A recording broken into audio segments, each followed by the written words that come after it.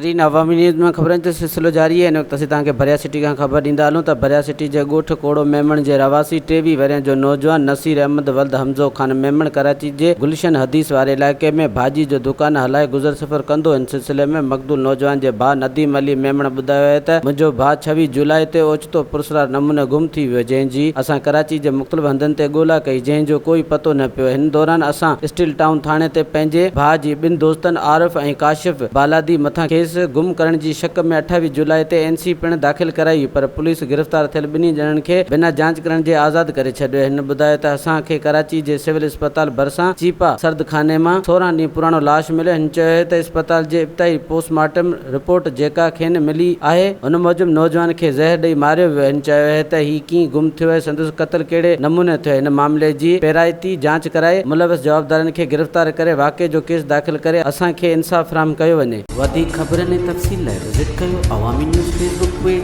YouTube page ऐं अवामी news website.